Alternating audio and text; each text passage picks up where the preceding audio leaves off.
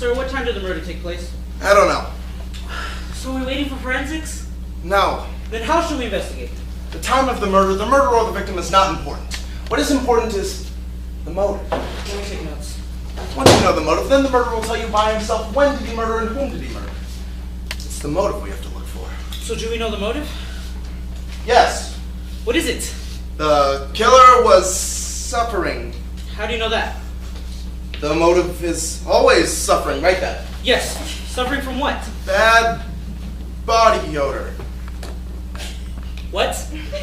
Yes! How do you know that? Well, I could smell strong cologne at the place of the murder. That cologne was not worn by anybody I found present at the murder site. Huh. I couldn't.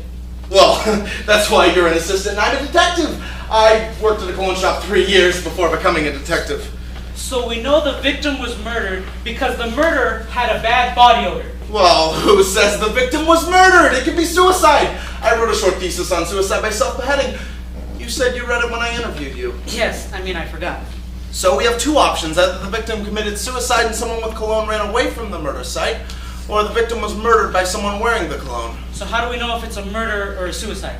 Well, it depends upon the gender of the victim and the distance at which the head was found. The head was found in the other room. It's how far from the body? 10 meters?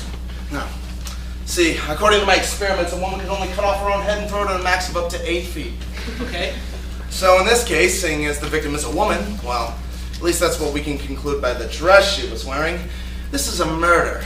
Sir, you're a genius. Come on, everyone's blessed with the same IQ. I was just blessed with a little more. So, how are we going to find the murderer? Well, we already know the murderer. See, body odor can be bad for the following 3 reasons. The victim is obese, the victim is eating spicy food, or the victim has a certain medical condition like diabetes. And who has that? Her husband has diabetes. How do you know that? Counted the number of times he rushed to the restroom. Every time I wanted to use it, he was in there. So you're a genius. But what about the cologne?